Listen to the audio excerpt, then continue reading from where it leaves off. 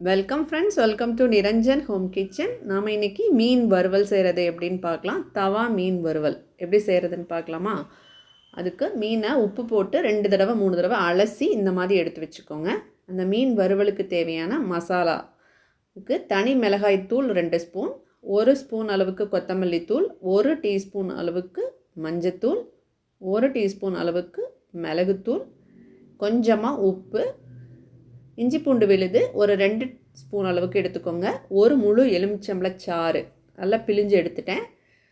கடலெண்ணெய் அல்லது நல்லெண்ணெய் ஏதாவது ஒரு 2 ஸ்பூன் அளவுக்கு ஊற்றிக்கோங்க. இது கூட கடலை மாவு 1 ஸ்பூன், 1 ஸ்பூன் பச்சரிசி மாவு அதை சேர்த்துட்டு இந்த அளவுக்கு திக்கான ஒரு பேஸ்ட்டாக நல்லா கலந்து மீனில் நல்லா எல்லா பக்கமும் பரவுற மாதிரி எடுத்து வச்சுக்கோங்க. தோசைக்கல்ல கொஞ்சமாக எண்ணெய் ஊற்றிட்டு மீனை இந்த மாதிரி வச்சுட்டு ஒரு 3 நிமிஷம் விட்டுருங்க. ஒன் சைடு நல்லா ரோஸ்ட் ஆகிடுச்சு. இப்போ அதை திருப்பி போட்டுட்டு அடுத்த சைடு ஒரு 3 நிமிஷம் வச்சு இறக்கிடலாம். தவா மீன் வறுவல் ரெடி ஆகிடுச்சு. செஞ்சு பாருங்கள். தேங்க்யூ ஃபார் வாட்சிங்.